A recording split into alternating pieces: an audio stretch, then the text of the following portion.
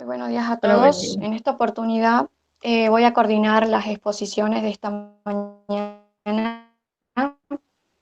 Antes de dar paso a los expositores, quiero recordarles a nuestros expositores de esta mañana que van a tener 15 minutos para disertar su trabajo y a nuestros asistentes que quieran realizar aportes o preguntas, por favor que lo hagan a través del chat del Google Meet.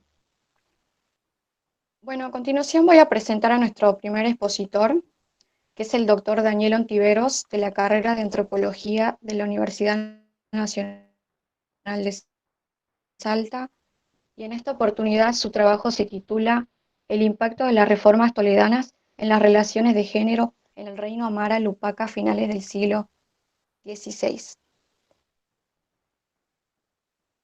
Daniel, sí está, ahí está. ¿Qué tal? Buenos días.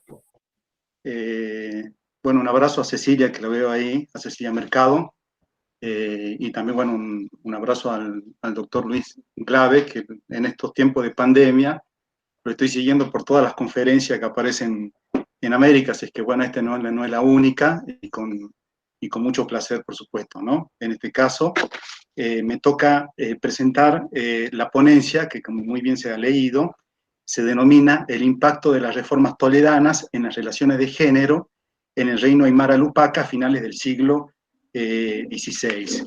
En principio, decirles a efectos de la ubicación geográfica, el reino Aymara de los Lupaca está asentado en la orilla sudeste del lago Titicaca y se extendía desde su capital Chucuito en el norte hasta el río Desaguadero en el sur.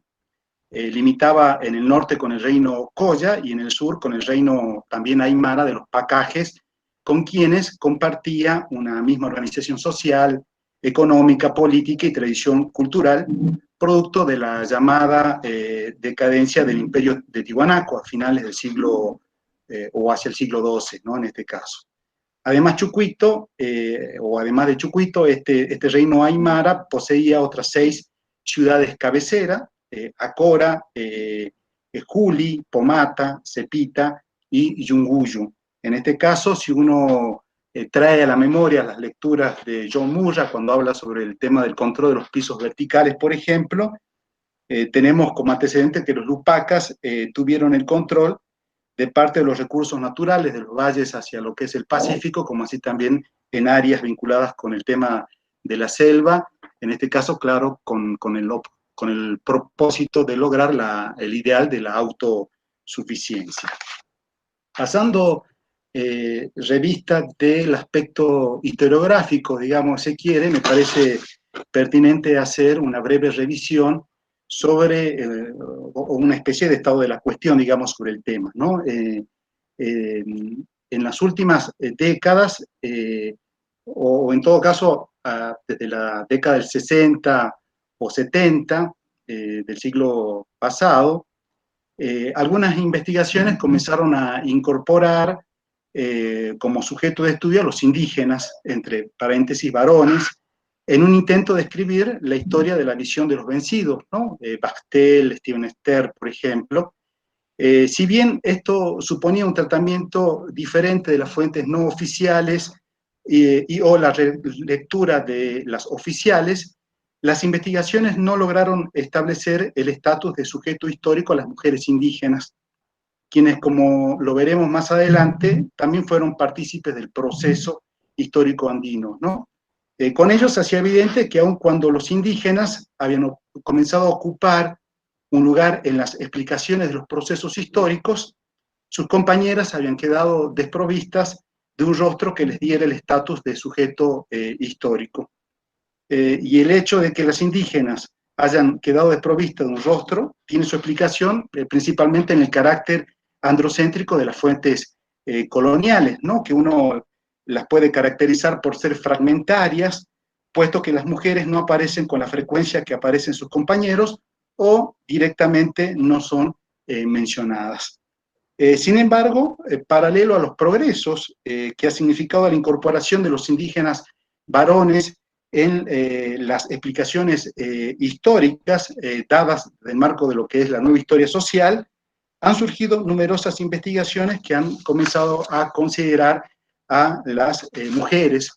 Mencionar, por ejemplo, los trabajos de Irene Ziegelblatt, Peter Goss, para el caso del mundo incaico, Larson, Burkett, hasta el propio Miguel Glave, cuando él analiza el tema de la paz a finales del siglo XVII, por ejemplo, Anzulansky y Vergara Ormeño, entre otros, digamos, en este caso, ¿no? Estas investigaciones en particular resultan como bien interesantes porque estas dependen principalmente de supuestos hipotéticos y de los antecedentes teóricos e históricos que aún faltan por probar y que no son bajo ninguna circunstancia contradictorias, sino todo lo contrario, puesto que reflejan las diferentes situaciones históricas en las que las mujeres tuvieron que interactuar. Dicho esto, la investigación se sitúa a partir de las reformas del virrey Francisco de Toledo, tomando como punto de referencia los efectos de la mita minera. También podemos incluir los efectos del trajín, como así también las obligaciones que tenían las comunidades, por ejemplo, con los tambos, ¿no? En este caso.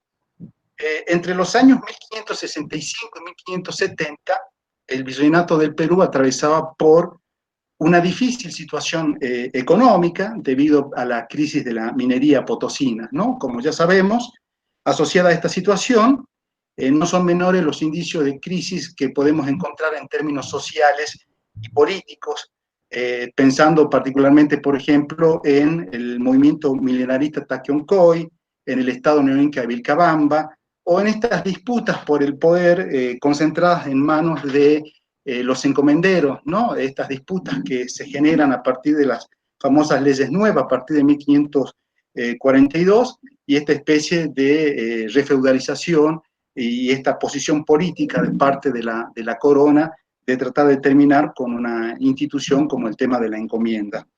Entonces, en lo que se refiere al aspecto económico, las reformas implementadas por el virrey Francisco de Toledo, si uno mira, ¿no?, desde el punto de vista cuantitativo el margen de la producción, lo que uno observa particularmente es el efecto deseado, ¿no?, de reactivación de la actividad minera y en consecuencia el aumento de los recursos fiscales.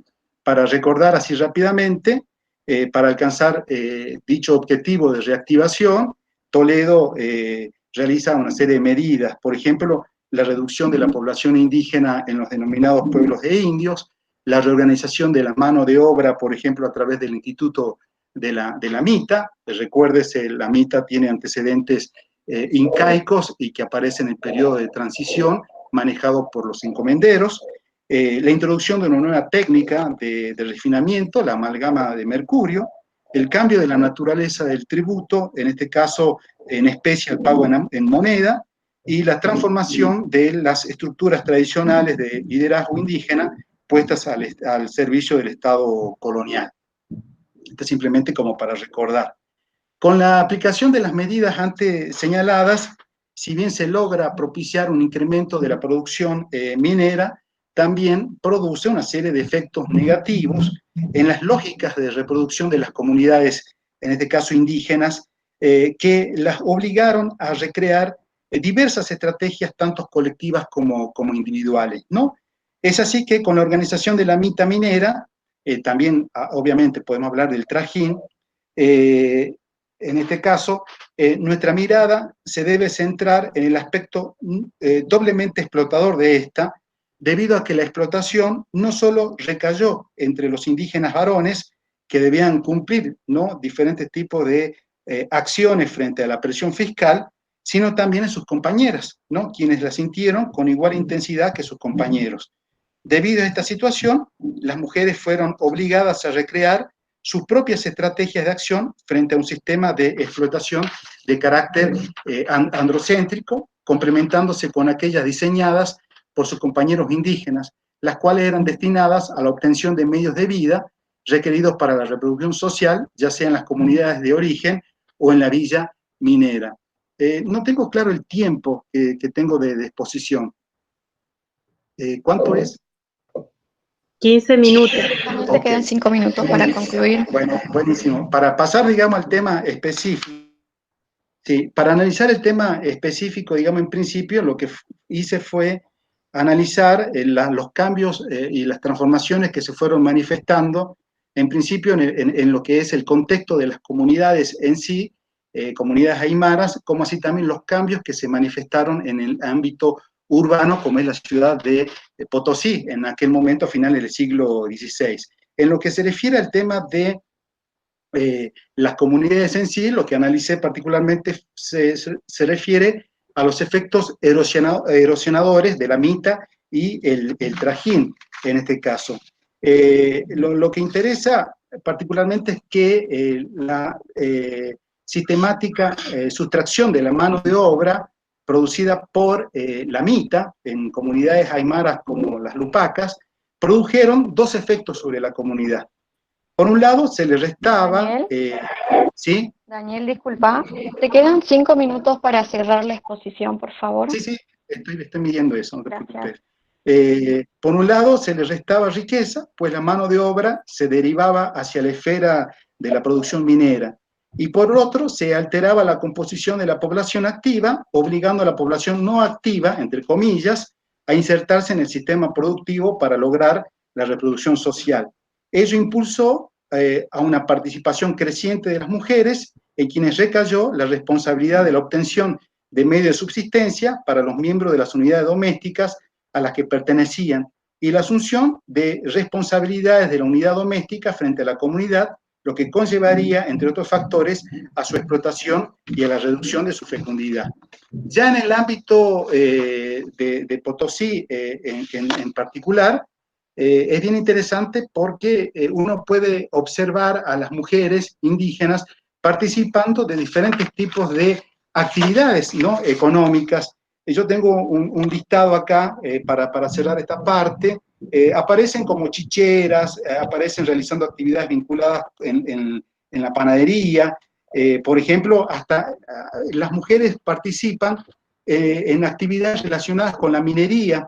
Por ejemplo, una de las actividades que desarrollaron las mujeres fue la fundición de metales en las guairas, por ejemplo. Otra tarea realizada por las mujeres era el payaqueo, que consistía en quebrar, recoger aquellas piedras ricas en mineral y separarlas de aquellas que no lo eran. Es decir, también es bien interesante a las mujeres observarlas en el mercado indígena, vendiendo, por ejemplo, hojas de coca. Es decir, que en el caso de Potosí, ya terminando, digamos, hombres y mujeres se desempeñaron en diversos tipos de actividades, la que tenían como propósito el tema de la reproducción social y económica de la unidad doméstica, y para ello los indígenas lograron extender sus relaciones recíprocas a fin de crear nuevas relaciones de apoyo e intercambio basados en patrones de colaboración y solidaridad similares a los diseñados en las comunidades de origen, pero inscritas dentro del marco de una economía de intercambio basada en el tema de la moneda. Es interesante el trabajo en tanto retomo un concepto como es el tema del género, que me sirve como de andamiaje, digamos, en principio, lo que uno puede observar de la presente investigación es que se presenta un nuevo contexto de dominación en el cual, o el cual debe ser estudiado dentro de un sistema de interrelaciones étnicas y de géneros muy complejo, un marco temporal que responde a un antes y un después de la reforma de Toledo, un marco espacial que denota los cambios y las permanencias dadas en la comunidad lupaca y su diferencia respecto a la urbe potosina. Y dos cositas más, es evidente que la mita alteró la composición de la población activa, obligando a la población no activa a insertarse en el sistema productivo para lograr la reproducción social. Por ejemplo, en el mundo aymara lupaca, las mujeres se insertan de pleno en lo que se refiere a las actividades textiles, por ejemplo. Ello impulsó a una participación creciente de las mujeres, en quienes recayó la responsabilidad de obtención de medios de subsistencia para los miembros de las unidades domésticas. Y la mayor presión fiscal ejercida sobre hombres y mujeres de la comunidad originó importantes transformaciones a nivel de relaciones sociales y de género, producto de la fractura de los lazos parentales, de la imposición de nuevas creencias religiosas y de la instauración de roles de género diferentes a los manifestados en las comunidades. Eso sería. Bueno, Daniel, muchas gracias por compartir tu investigación. Ahora le pido a los asistentes, a quien quiera realizar alguna pregunta, por favor que lo haga a través del chat del Google Meet para poder compartirla y para que Daniel pueda responderla.